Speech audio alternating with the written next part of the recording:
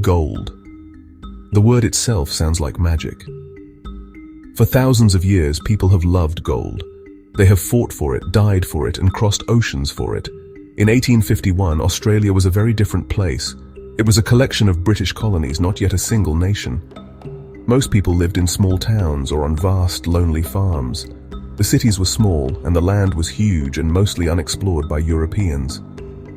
Then something happened that changed everything forever. A man named Edward Hargraves found gold near a town called Bathurst in New South Wales. He had just come back from the goldfields of California and knew what to look for. He knew that the glittering specks in the creek bed meant a fortune was waiting to be found. The news spread like wildfire. At first, the government tried to keep it a secret. They were worried that everyone would leave their jobs to look for gold. They feared that farms would be abandoned and cities would become empty. But you cannot keep a secret like gold. Soon, newspapers were shouting the news. "Gold!" the headlines screamed. Hargraves' discovery in February 1851 started the first great Australian gold rush. Suddenly, Australia was not a quiet, distant colony anymore. It was the place where dreams could come true.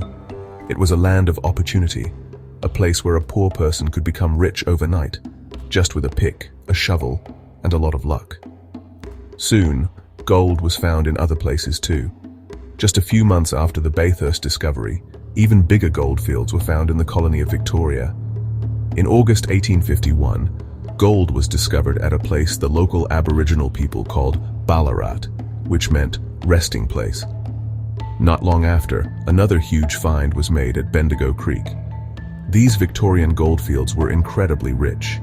They had huge gold nuggets, some bigger than a person's head. The famous Welcome Stranger nugget, found in 1869, was the biggest ever discovered. It was so large it had to be broken just to fit on the blacksmith's scales. The promise of finding such a treasure was too exciting for anyone to ignore. The rush was on. Men left their jobs as shepherds, shopkeepers, and sailors. They sold everything they owned to buy supplies. They walked for hundreds of kilometers to the diggings, carrying their hopes on their backs. The quiet Australian bush was suddenly filled with the noise of digging, shouting, and the clatter of mining tools. Later, the search for gold spread even further. In the 1890s, massive discoveries were made in the harsh, dry lands of Western Australia, at places like Coolgardie and Kalgoorlie. This new rush kept the dream alive for another generation, pulling people across the continent and continuing to shape the destiny of the land. The news of Australian gold did not just travel across the colonies, it sailed across the seas. Ships brought people from all over the world, all chasing the same golden dream. The biggest group of new arrivals came from Great Britain. English, Irish, Scottish, and Welsh people packed onto crowded ships for the long and dangerous journey. They were escaping poverty and the rigid class system at home. In Australia, they hoped, a person would be judged by their hard work, not by who their parents were. They imagined a new life under the southern sun, a life where they could be their own boss and build a future for their families.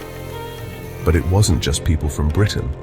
Gold fever infected the whole world. Adventurous Americans, fresh from the Californian gold rush, brought their experience and new mining techniques. They were known for being independent and were not afraid to speak their minds. People also came from all over Europe. There were Germans, French, and Italians, each bringing their own languages, foods, and traditions to the goldfields. This mix of cultures made the diggings a vibrant, noisy, and sometimes confusing place. The Australian bush, once so quiet, now echoed with a dozen different languages as people from around the globe worked side by side. One of the largest and most distinct groups to arrive were the Chinese. They came in their thousands, mostly from the south of China.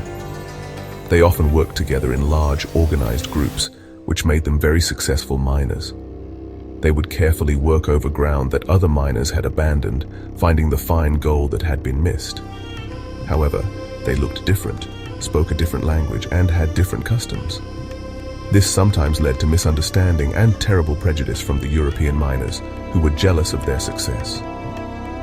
The Chinese miners faced racism and unfair rules, but they persevered, adding their own unique culture to the growing Australian story. This incredible wave of people changed Australia's population forever. Before the gold rush, there were fewer than 500,000 non-Indigenous people in the country. Within just 10 years, that number had more than doubled. This was a massive change in a very short time. The colonies, especially Victoria, were completely transformed. Melbourne grew from a small town into a grand and wealthy city, built on the riches dug from the earth. This flood of people from every corner of the globe was the beginning of Australia's multicultural society, a legacy that continues to define the nation today. Life on the goldfields was incredibly hard work. It was not an easy path to riches. Most miners lived in simple tents or rough huts made from bark and canvas. These makeshift towns, with names like Sofala, Ophir and Ballarat, sprang up almost overnight. They were dusty in summer and muddy in winter. Clean water was scarce, and food was expensive because it had to be carted a long way from the cities. A simple meal of mutton and damper, a basic bread cooked in the ashes of a fire, was the daily food for many. The work itself was backbreaking, involving hours of digging in the hot sun, washing dirt in freezing creek water, and always hoping the next shovelful would contain a nugget.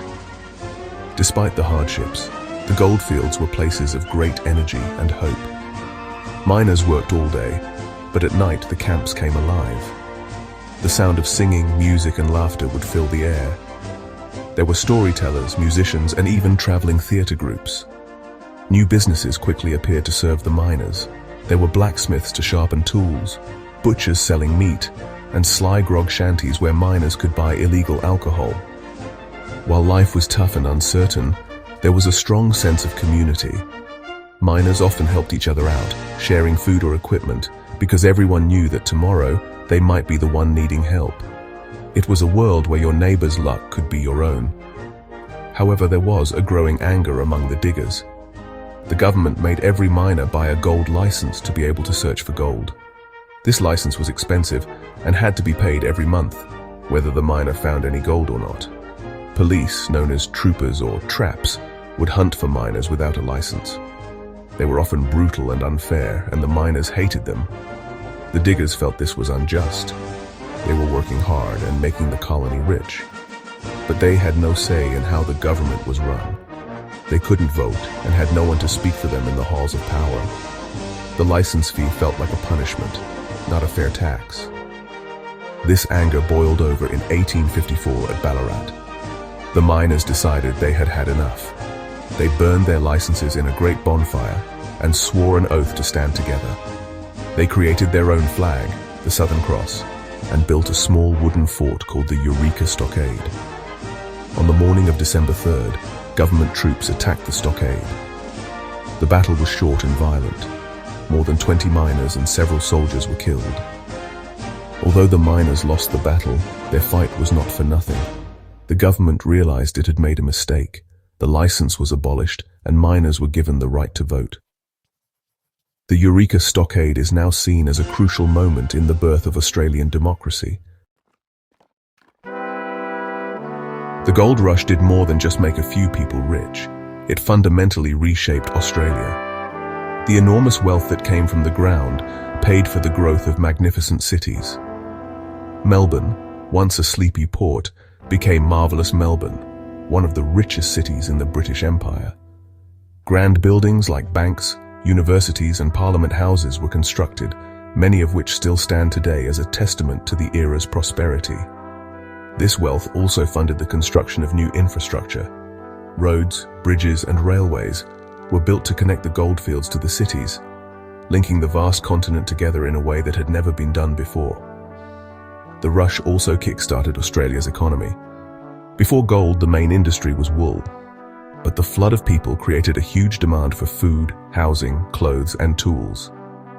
This led to the growth of farming, manufacturing and other new industries. Banks were established to handle the massive amounts of gold, creating a modern financial system. Australia was no longer just a remote farming outpost, it was becoming a complex and modern economic power. The gold rushes helped to create a more diverse and resilient economy that could support the rapidly growing population and lay the groundwork for future prosperity. Perhaps the most important change was to the idea of Australia itself. The shared experience of the goldfields brought people together. They learned to rely on each other, creating a spirit of mateship and a belief in a fair go for everyone. The fight at Eureka gave rise to a powerful new sense of identity, one that was less English and more distinctly Australian. People began to think of themselves not just as colonists from Victoria or New South Wales, but as Australians. This growing national consciousness was a vital step on the long road towards federation, when the separate colonies would finally agree to unite as one nation in 1901. Today, the legacy of the gold rush is all around us.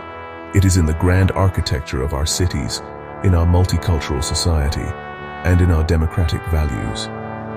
The stories of the gold rush, of hope, hardship, and the fight for fairness, are part of Australia's founding myth. It was a time of dramatic transformation, a chaotic and exciting period that turned a collection of colonies into a confident and wealthy young nation. The gold may be harder to find now, but the spirit of the rush, the dream of a better life, and the courage to build something new remains a precious part of the Australian story.